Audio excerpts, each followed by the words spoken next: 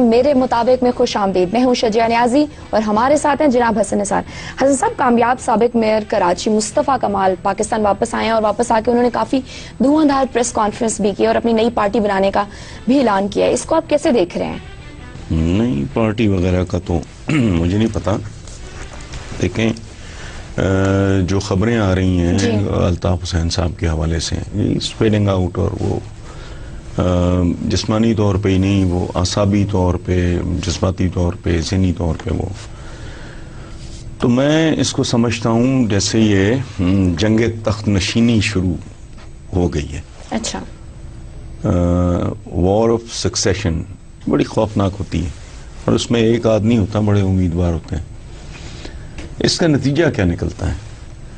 جب Alexander the great بستر مرگ پہ تھا، جوانی میں مر گیا سکندر اعظم، تو اس کے کسی جنرل نے پوچھا کہ سکندر، دنیا کی اتنی بڑی سلطنت کس کے لیے چھوڑے جا رہے ہو؟ تو اس نے کہا فار دا اسٹرانگسٹ. اس نے کوئی نام نہیں لیا، اس نے کہا تم میں سے جو تگڑا ہوگا وہ لے جائے گا. ٹھیک ہو گئی بات. اب مصطفیٰ کمال اور انیس قائم خانی صاحب بھی آئے ہیں، بہت زبردست لوگ ہیں اپنی اپنی جگہ پہ. مصطفیٰ کمال بہت اپ رائٹ آدمی ہے اور مجھے دکھ ہوتا ہے جب اس احتجاج پہ یا اختلاف پہ کہہ لو آپ، اس کی کیریکٹر اسیسینیشن کی کوشش کی گئی ہے، تو مجھے افسوس ہوا ہے. وہ اپ رائٹ آدمی، کوئی شک نہیں. اس طرح انیس قائم خانی صاحب کی ایک اپنی دنیا ہے. لیکن ابھی اور لوگ آئیں گے. اچھا. ہاں، یہ آپ یوں سمجھ لو کہ شاہ جہان کی موت کی خبر یا شدید علالت کی خبر جب پھیلی تھی تو اس کے سارے شہزادے میدان میں اتر آئے تھے. دارا شکو، شجاع، مراد، محی الدین، اورنگزیب، عالمگیر، یہ سارے. اچھا. ان میں دلیر سب سے ویسے مراد تھا، اور اس میں احمق سب سے زیادہ، اور باپ کا لاڈلا وہ تھا دارا شکو. اور بعد میں جب وہ ریکور کر گیا شاہ جہان تو اس نے سر پہ ہاتھ رکھا کس کے؟ جو سب سے فیوریٹ بیٹا تھا دارا شکو. لیکن بازی لے گیا کون؟ اورنگزیب عالمگیر. وہ لمبی تاریخ ہے. سو بہت سے لوگ میدان میں اتریں گے، لیکن جو تگڑا ہوگا، اب کوئی بھلے سرپرستی کرتا رہے مصطفیٰ کمال صاحب کی یا کسی اور کی فور دیٹ میٹر، کسی وقت پہ عشرت العباد، وہ ایک طاقتور آدمی، somebody who knows how to manage things، اور لوگ بھی آئیں گے. سو یہ جنگ تخت نشینی ہے جو باپ کی شدید علالت کی افواہوں کے نتیجے میں. لیکن حسن صاحب، یہ سب کچھ پہلے بھی تو ہو چکا ہے. نہیں، پہلے فرق تھا. پہلے الطاف حسین صاحب پوری طاقت اور توانائی کے ساتھ، پوری ہوش مندی کے ساتھ، ٹھیک ہے، پوری مضبوط گرفت کے ساتھ خود میدان میں کھڑے تھے. سو وہ دو اٹیمپٹس جو ہوئی پہلے، وہ اتنی نتیجہ خیز ثابت نہیں ہوئی، بالکل ہی نہیں نتیجہ خیز ثابت ہوئی. اس دفعہ معاملہ ڈیفرنٹ ہے. اچھا. ہاں، یہ جنگ اب چھڑ گئی ہے. یہ سامو گڑھ میں فیصلہ ہوگا اس کا کہ اورنگزیب کون بنتا ہے. یہاں پر ہم لیں گے ایک چھوٹی سی بریک. دیکھتے رہیے میرے مطابق.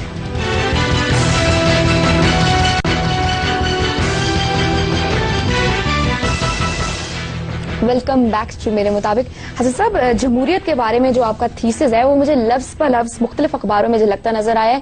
چیف جسٹس کے بیانات کی صورت میں شامل کرنا چاہوں گی. انہوں نے ایک جگہ پہ کہا ہے جمہوریت کے نام پر 5% لوگ حکمران ہیں، جمہوریت کے نام پر مخصوص گروہوں نے وسائل پر قبضہ کر رکھا ہے. پھر انہوں نے بات کی پاکستان میں سچ، جھوٹ، حلال، حرام کا فرق ختم ہو گیا. دیکھیں، اس تو کافی ملتے جلتے ہیں. میرا تو مسلسل ماتم یہ ہے، بہت منوٹنس ہو گیا، بلکہ مجھے تو خود اپنے آپ پہ غصہ چڑھتا بات ہوگا. میں اتنا زیادہ ریپیٹ کر رہا ہوں. دیکھیں، چیف جسٹس صاحب نے اپنی شایان شان زبان استعمال کی ہے، ٹھیک، محتاط، بہت باوقار. میں چونکہ مطلب ہم تھڑے کے لوگ ہیں، میں ان کے لیے ہمیشہ لفظ استعمال کرتا ہوں میفیاز. یہ پولیٹیکل پارٹیز ہی نہیں ہیں، یہ گینگز ہیں. یہ پولیٹیشنز نہیں ہیں، یہ گینگسٹرز ہیں. You know it. میں پچھلے کئی سالوں سے مسلسل یہ بات لکھ رہا ہوں. یہ میرا لہجہ ہے کیونکہ میں نے عوام کو ریپرزینٹ کرنا ہے. وہ ہمارے سپریم کورٹ کے چیف جسٹس، ان کا لیکن یہ 5% والی بات درست نہیں ہے. اگر اس ملک کی آبادی 20 کروڑ ہے تو اس کا 5% کتنا بنتا ہے؟ 1 کروڑ. ہر کروڑ کا 5% ہے 5 لاکھ. 20 کروڑ کا کتنا بنا؟ 1 کروڑ. اللہ کی پناہ 1 کروڑ بندہ بھی اس ملک میں اگر حکمرانی میں شریک ہو یہ ملک جنت بن جائے. یہ 5 10 15 خاندان ہیں. اچھا. باقی ان کے طفیلیے، ان کے بینیفیشریز، ان کے حواری، ان کے درباری کہ بادشاہ سلامت بکرا کھا گیا یا کھال اس کو دے دو. یہ وہ لوگ ہیں. سری پائے تم لے جاؤ. میرا یہ سوشل میڈیا پہ چل رہا ہے، بلکہ میں نے کہا کہ یہ ہماری جمہوریت وہ چڑیل ہے، خون پینے والی چڑیل جس نے کاسمیٹک سرجری کے ذریعے خوبصورتی، جعلی خوبصورتی کے بعد وہ لوگوں کو لبھاتی ہے اور جب بندہ قریب جاتا ہے اس کا خون پی جاتی ہے. دوسری مثال دی کہ یہ بالکل خالی پیٹ جمہوریت ہے جو درد ذے کی اداکاری کرتی ہے. یہ چل رہا ہے جیسے پتہ نہیں کتنے عالی شان بیٹے کو جنم دے گی جو بڑا سائنٹسٹ بنے گا، بڑا جرنیل بنے گا، بڑا کو رائٹر بنے گا، بڑا فلسفر بنے گا. اداکاری، پیٹ بھی پھولا ہوا ہے، کچھ نہیں ہے، کوئی خیر عام آدمی کو نصیب نہیں. ایک بات. دوسری جو بات چیف جسٹس صاحب نے فرمائی ہے کہ جی اس ملک کا اخلاقیات کے حوالے سے، تو جنازہ تو پہلے دن ہی نکل گیا تھا جب جعلی کلیم فائل ہوئے تھے پارٹیشن کے نتیجے میں. وہ جنازہ آج تک دفن نہیں ہوا. مردوں کی تعداد بڑھتی جا رہی ہے. اور میں یہ بات بھی پچھلے 3-4 سال سے 1 2 4 10 بار نہیں زیادہ بار لکھ چکا ہوں کہ اس ملک کا بحران اقتصادیات کا نہیں، اخلاقیات کا ہے. دیکھیں بات سنیں، دولت، شہرت یہ گھٹیا چیزیں ہیں نسبتاً. کیوں؟ چونکہ یہ اچانک بھی مل سکتی ہیں. میری کوئی لاٹری نکل سکتی ہے، میں غریب آدمی ہوں، میرا کوئی کھاتا پیتا متمول رشتہ دار مر جائے، مجھے 5-6 بہانے بن سکتے ہیں. اچھا قوموں کے ساتھ بھی ہوتا ہے، بھوکے لنگے بدو پھر رہے تھے، پیٹرول نکل آیا اور دم پہ کھڑے ہو گئے. ٹھیک، دولت اچانک مل سکتی ہے، شہرت بھی اچانک مل سکتی ہے، پھوک لگ سکتا ہے. یاد رکھنا عزت اچانک نہیں ملتی، بالکل صحیح. وہ کردار سے ملتی، ایک پروسیس سے گزرنا پڑتا ہے. جیسے بچپن میں ہمارے زمانے میں، آپ کے زمانے میں تو نہیں ہوگا، ہمارے بلیک بورڈز ہوتے تھے، چاک سے ٹیچرز اوپر لکھتے تھے جب وہ پڑھاتے تھے. چاک ہی ماربل ہوتا ہے، اسی سے سنگ مرمر بنتا ہے. جیسے کوئلہ صدیوں مار کھانے کے بعد ہیرا بنتا ہے.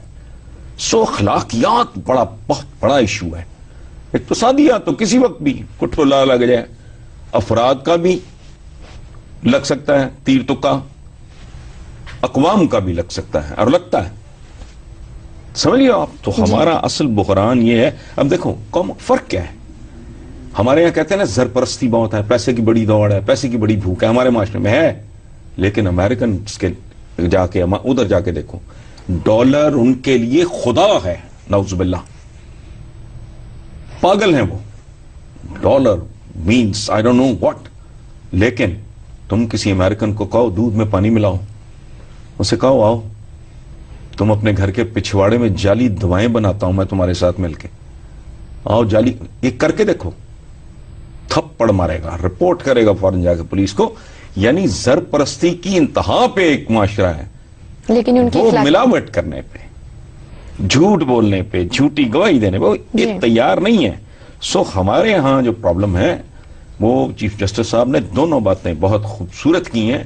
اور اللہ کرے، اللہ کرے، اللہ کرے. میں نے تو کہا کہ اللہ کرے، میں نے ریسنٹلی کہیں لکھا ہے یہ کہیں بولا ہے.